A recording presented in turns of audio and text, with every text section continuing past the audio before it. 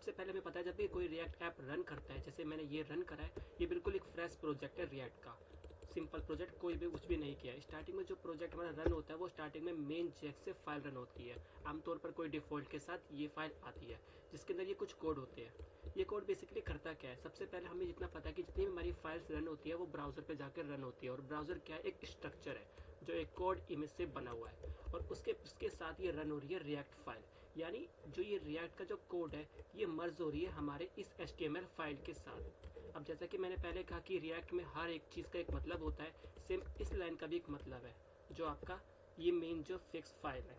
मैं अभी आपके लिए जूम करता हूँ, शायद आपको दिखाई नहीं दे रहा होगा, Ctrl+, इससे जूम हो गया। तो ये आपको एक कोड नज़र आ रहा है जिसमें है create root document date element by the root. ये जो रूट है बेसिकली कहाँ से आ रहा है, ये आ रहा है हमारी index.html से। यहाँ पर आप देख सकते हो ये हमारा रूट है। अब ये रूट यहीं जाके मेन जो एक्सेस में एक्सेस हो रहा है, और रूट के अंदर जितने भी हमारी जो कंपोनेंट हमारे होंगे या अलग से जो फाइल रन होगी वो यहाँ पर आके इसके साथ मर्ज हो जाएगी, जैसे कि app.js। क्योंकि हमें पता है रिएक्ट के अंदर हम हमेशा HTML फाइल से काम नहीं लेते, हमें .jx फाइल चाहिए होती है। तो ये .jx एक फाइल है जो एक कंपोनेंट ही मान लो, और मेन jx हमारा एक पेरेंट कंपोनेंट है। पेरेंट कंपोनेंट के अंदर इस कोड के थ्रू ये app.jx यहाँ पर आ रहा है, जिस वजह से ये हमारी app.js रन हो रही है। और ये रन क्यों हो पा रही है, क्योंकि इस कोड की वजह से ये कोड यहाँ पर ये एक्सेस हो रहा है। यहाँ पर ये लिखा है script file. Script file basically HTML file को मेन जेएक्स से लिंक कर रही है, और मेन जेएक्स अपने अंदर जितने भी सारे कंपोनेंट है वो अंदर ले रही है, यानी app.js के थ्रू। अब सवाल उठा कि ये कंपलसरी है कि हम इस कोड में हम चेंजेस नहीं कर सकते, या अगर करें तो कोई एरर आएगा या नहीं। हम ट्राई कर सकते हैं।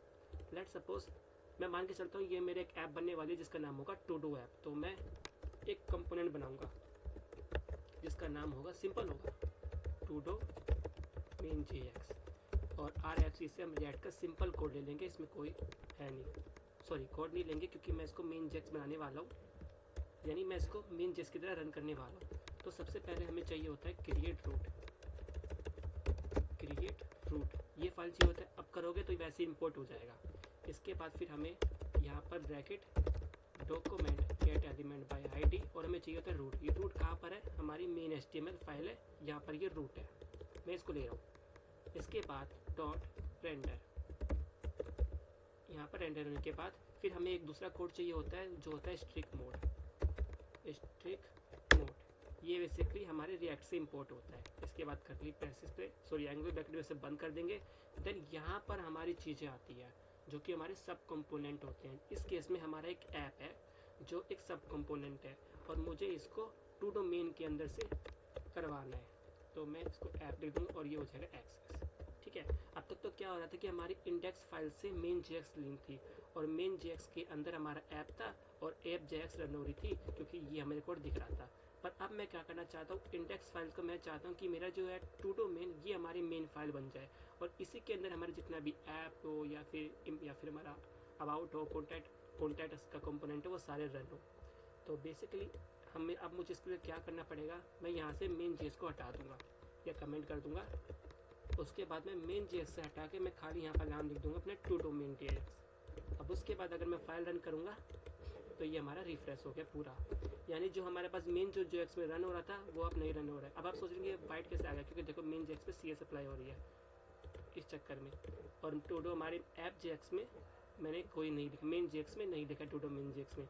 अब आपको कैसे पता चलेगा कि ये हमारा app.js रन हो रहा है टू डू मेन जेएक्स के थ्रू? तो सिंपल है, मैं क्या करता हूँ यहाँ से ये फाइल रिमूव कर देता हूँ, तब आपको आइडिया हो जाएगा ठीक से।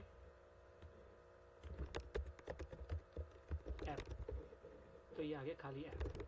तो आपको समझ में आ गया, मतलब कोई ज़रूरी नहीं है कि आपके पास खाली मेन जेएक्स हो तो आपको ये कंपल्सरी रखना, आप इसमें भी चेंजेस कर सकते हो, और किसी को भी अपनी मेन जेएक्स फाइल बना सकते हो, और उसके अंदर आप अलग से कोई भी कंपोनेंट दे सकते हो, फिर चाहे वो आपका ऐप हो या फिर आपका अबाउट कंपोनेंट हो या फिर आपका हेडर हो, मतलब कोई भी हेडर बन सकता है।